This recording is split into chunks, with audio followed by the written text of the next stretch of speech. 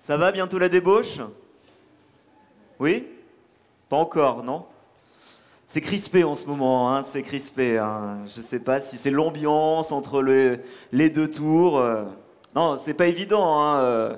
Il y en a qui ont essayé de passer entre les deux tours, ils n'y étaient pas arrivés il y a quelques années, je vous le rappellerai. Ça s'est passé aux États-Unis. Bah, nous, on va essayer de réussir à passer entre les deux tours ce soir. Arriver au deuxième tour, on verra bien.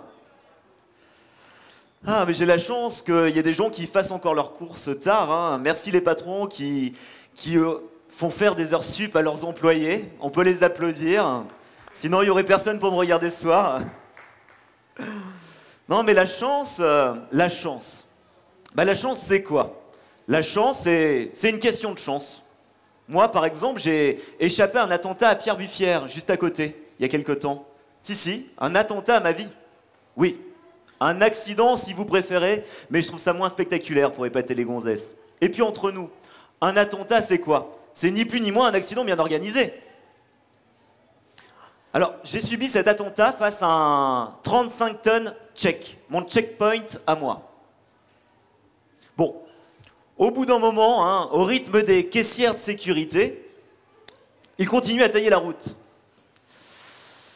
Et là, j'ai vu ma vie défiler. Et je me suis souvenu d'un truc qui me colle encore au cœur et au corps. Vous savez ce fameux tube de Michel Jersey, je m'en irai dormir dans ce paradis blanc. Je me suis dit, Ludo, c'est un signe du destin, tu vas mourir, tu vas décéder puceau sans jamais avoir fait l'amour à une autre personne qu'à toi-même. Et à ce moment-là, c'est pas à ma famille que j'ai pensé, ni à mes amis, vu que j'en ai pas.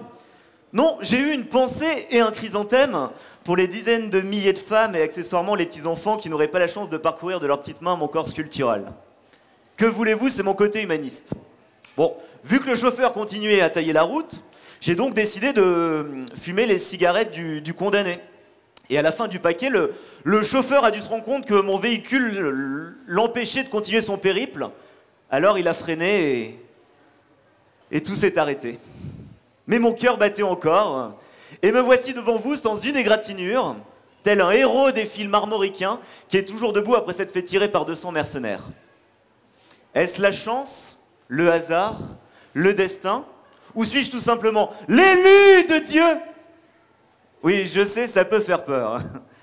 Non, mais élu de Dieu, c'est trop de travail pour une reconnaissance tardive. C'est un coup à se choper des ampoules aux mains et à rester cloué sur l'ouvrage. Non, moi, tant qu'à faire d'être élu, je préfère être l'élu du peuple. Ça doit être plus lucratif. Bah, voir le nombre de prétendants qu'il y avait, c'est que ça doit marcher un petit peu quand même, les affaires. Ou alors, le rêve d'une vie, être élu Miss France. Ça doit être reposant, du moins pour le cerveau. Car son sourire aux lèvres a dû accueillir plus de passagers en oreille que le tunnel sous la Manche depuis sa création. Non, mais je dois pas être le seul. J'ai survécu à un accident. Mais qui d'entre vous a déjà survécu à un accident ou plusieurs? Je sais pas, de voiture comme moi, suite à une grippe intestinale, de préservatifs. Allez-y, levez la main. Ouais. Enfin, pour ceux qui peuvent. Non, mais c'est incroyable. Nous avons tous survécu à un ou plusieurs accidents et nous sommes tous en vie ce soir. Moi, je crois qu'on peut s'applaudir. Bravo. Oui, mais enfin, ce qui veut dire aussi que les 5000 morts suite à un accident ne sont pas avec nous ce soir. Bon, je sais que la galerie marchande est spacieuse, mais on n'aurait pas pu tous loger. Comme quoi, la vie est bien faite, parfois. Ce rapport à la chance est quand même très paradoxal. Il y a des gens qui naissent dans des pays ensoleillés toute l'année, même s'ils n'ont rien à manger. Mais j'imagine quand même que la famine est plus supportable en terrasse que dans les plaines de Russie. Et ils ne se rendent même pas compte de la chance qu'ils ont. Vous savez, mesdames, que vous avez plus de chances de vous faire violer au détour d'une ruelle que de croiser un jour Brad Pitt. Et pourtant, je suis sûr qu'une grande chanceuse d'entre vous se fera un jour violer par Brad Pitt. Ou Émile Louis, ou Guy Georges, ou les trois à la fois pour la grande chanceuse d'entre vous. Hein. Ah, ce rapport à la chance, ça tient à quoi pile ou face? Ou les deux, si monsieur est en forme, hein, seulement. Ça va toujours? Ouais? Bon, c'est bien. Pourtant, ça n'a pas l'air à vous regarder. Hein. Vous tirez de ces tronches. Ah, je vous assure, hein, j'ai l'impression d'avoir face à moi le public de Michel Drucker. Vous savez, ce fameux public du dimanche qui passe sa journée à applaudir et à tirer la tronche. Bon, c'est vrai que je débute dans le métier, les applaudissements attendront. Eh bien, on va les attendre. Merci. Oui, dans le métier, on appelle ça forcer un peu la main, mais allez-y, c'est gentil, merci beaucoup. Non, mais c'est vrai que vous avez l'air un peu triste. Où est passé votre optimisme? On vit quand même une époque formidable, non? Vous trouvez pas, vous? Bah déjà, on a la chance de vivre en France, le pays de la liberté, c'est pas rien quand même. Ouais. Non, allez, prenons la devise de notre beau pays. Liberté, égalité, fraternité. Ça fait rêver des millions de gens à travers le monde. Et après, on s'étonne qu'ils souhaitent tous venir chez nous. Moi, je crie à l'escroquerie, hein, publicité mensongère. En même temps, on a bien fait de déposer le brevet. Vous imaginez, si on s'était fait piquer l'idée, liberté, égalité, fraternité, vous imaginez l'emblème de la Chine ou du Soudan? Liberté, égalité, fraternité, quoique, ça se tient. Libres de fermer leur gueule, égaux face à la pauvreté, frères de galère. En même temps, on n'a jamais vu une dictature afficher famine, répression et génocide. Bah, ça fait rêver personne. À part quelques dictateurs et tout au plus un ministre de l'Intérieur. Hein. Bon, c'est vrai que dictateur, il y a quelques années, je l'aurais conseillé à tous. Un enfant qui remplit sa fiche d'orientation, tu peux cocher dictateur. Mais ces dernières années, c'est plutôt un métier risqué hein, à éviter. Ah, liberté, égalité, fraternité. Waouh! Mais on nous ment, madame. Madame est crédule, mais on nous ment. Mais si, je vous assure. Mais personne n'a pensé à appeler 65 millions d'électeurs. Si, ils y ont déjà pensé. Ou JC. Ben, ce mec-là, JC. Non, pas Jésus-Christ, l'autre, son apôtre, Julien Courbet. Le Huggy, les bons tuyaux de l'économie. En période de crise, il aurait pu peut-être nous aider, ce garçon. Non, ces gens préfèrent aller bourrer les urnes funéraires de notre démocratie lors d'élections. Ce qui ne sert absolument à rien. Bah, depuis le temps, ça se saurait quand même. Hein. Non, mais on dit qu'il faut payer pour apprendre. Je suis pas faux, je suis pas contre. Tant qu'à faire de payer pour apprendre, autant voter pour The Voice ou l'élection de Miss France. Vous aurez l'impression d'avoir voté à hauteur de 5,72 € la minute pour confirmer le choix qu'ils avaient fait déjà pour vous avant. Ah, c'est formidable, hein. Non, mais c'est pas la première fois qu'on nous fait le coup. Bah, déjà à la Révolution, le don du sang avait le vent en coupe. On est directement passé du droit du sang au don du sang. Moi, je dis belle perf. Et vous trouvez que depuis, les choses ont changé. À part que plus personne n'ose appeler sa fille Marie-Antoinette. Est-ce qu'on a une Marie-Antoinette dans le magasin ou dans la galerie marchande? Vous avez jamais entendu la petite Marie-Antoinette est demandée à la caisse centrale, Marie-Antoinette. Et non. Et vous savez pourquoi? Les parents ont peur qu'elle chope la grosse tête et qu'elle garde plus la tête sur les épaules. Non, mais on a subi de nombreuses révolutions à travers les siècles. Monsieur, on a subi beaucoup plus que nous, visiblement. Hein. Bonsoir. Non, on a subi de nombreuses révolutions à travers les siècles.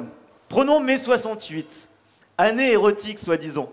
Bah moi, ma révolution sexuelle, je l'attends toujours.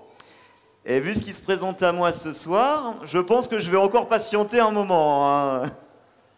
Non, mais il y a de nombreuses escroqueries. Le droit au travail, quelle fumisterie. Si travailler était compatible avec gagner de l'argent, ça se saurait. Travailler plus pour toujours payer plus que tu dois. Ouais. De là à penser que le travail est l'esclavagisme des temps modernes, il n'y a qu'une chaîne de production de chez Renault, qui conduit forcément à la case liberté, enfin chômage. Mais alors, où est passé votre optimisme? Tout va bien. Non, puis on doit bien avoir un sauveur parmi nous. Hollywood nous les a quand même pas tous pris. Vous battez pas, surtout. Madame, vous pouvez nous sauver? Non? Monsieur? Ah, monsieur dit pas non, mais il hésite un petit peu. Bon, moi j'ai les capacités de le faire, mais j'ai pas l'envie. J'ai pas l'envie, j'ai le droit, hein. En même temps, si on attend sur le mec dont on nous bassine depuis plus de 2000 ans, comment qu'il s'appelle déjà? Messi, le sosie de Francis Lalanne. Messi, l'apprenti boulanger qui multipliait les pains. Regardez, madame, elle en vient. Pour faire son chemin de croix. Chacun son chemin de croix, madame. Vous avez choisi le vôtre. Messi, tiens, le Messi. Jesus, comme on l'appelait. Oh, ce mec-là, il était formidable. Hein. Il a fait rêver des générations entières pendant plus de 2000 ans. Alors que nous, on a un petit mec bien de chez nous. Enfin, peut-être pas encore, pas pour longtemps, mais Saint-Nicolas de Neuilly qui multiplie les milliards avec ses disciples. Ah, moi, je trouve ça extraordinaire, hein, c'est un grand miracle. Je sais pas, 1 milliard multiplié par rien, ça fait des milliards. Et personne n'a pensé à aller me brûler une vierge à l'église. Non. Ah non, ça vous dépasse tout ça. Non, mais ils sont nombreux après tant d'autres titres. Hein. Mais Moi, c'est vrai que j'étais comme vous, je pensais que les caisses étaient vides. Sinon, les 3 milliards pour éradiquer dans la faim dans le monde, bon, on les aurait trouvés. Le trou de la Sécu, on l'aurait comblé. Le petit Kerviel, vous vous rappelez, il y a quelques années, eh ben, on lui aurait sauvé son emploi à la Société Géniale. Seulement, le Garcimore de l'Élysée n'était pas encore en place. Des fois, ça marche et des fois, ça marche pas. Oui, je suis aussi imitateur. Calmez-vous. Non, mais on a bien fait, mais ils sont nombreux après tant de titres. Moi, j'étais sceptique aussi. Faut leur laisser leur chance. Ouais, c'est comme Barack Obama, il y a 4 ans.